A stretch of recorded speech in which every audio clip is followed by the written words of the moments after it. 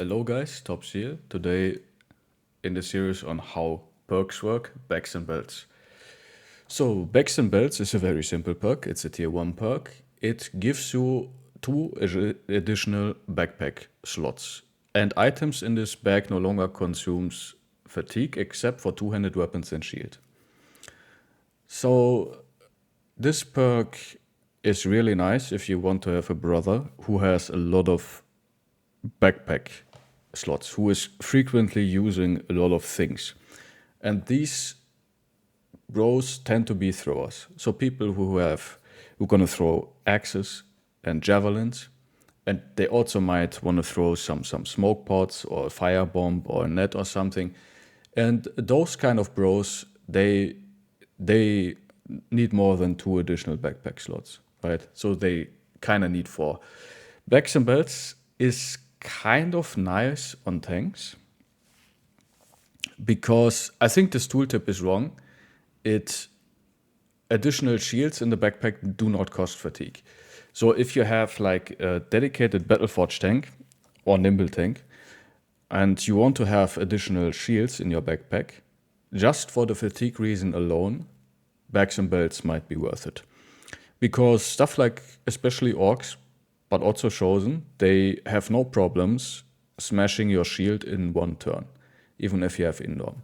So for a tank that is kind of alone, outside tanking multiple orcs or multiple chosen, having just 3 backpack shields or 4 backpack shields is a good way to go. And 2 backpack shields might not be sufficient enough.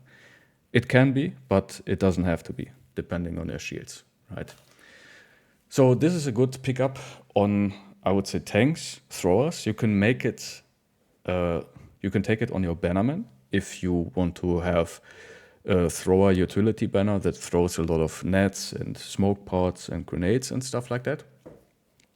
But outside of these builds, I wouldn't take bags and belts, and I would definitely not take it level 1. Because level 1, it's like you don't need 2 additional backpack slots level 1. That's kind of like a stuff that you need like maybe level 4 or 5 if you are capable of hitting your opponents.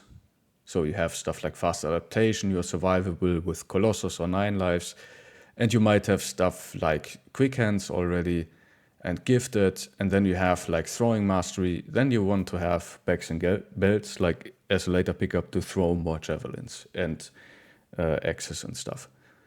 Yeah, so it's a perk that provides additional utility, additional stats in terms of fatigue, and more options to throw stuff for throwers and tanks. Also, utility tanks can throw potentially stuff like smoke pots as well, if you have quick hands or if you just swap around stuff. Yeah, but there you have it. Like, by far the most bros do not need more than 2 backpack slots.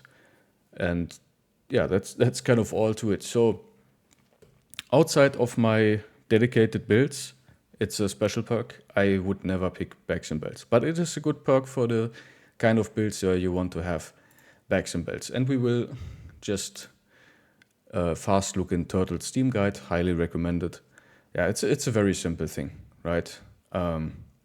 So you get additional fatigue, and you can say fatigue gives versatility for archers, throwers, shield bearers, right? That kind of stuff. Yeah, you can make an all-purpose character frontline duelist. So if you have a thrower that wants to have like a one-handed backpack weapon, that's kind of nice. But yeah, for any other bros, I wouldn't take it. Alright guys, this is my short video on how bags and belt works. Very simple perk. Again, probably like a level 4 or 5 or maybe 6 pickup on your throwers and tanks maybe. You guys have to decide that for yourself. And you can watch my build guide if you want to know how I build my throwers and my tanks. And thank you guys so much for watching. Please like, comment, and subscribe, and I will see you in the next video. Have a nice day. Bye bye.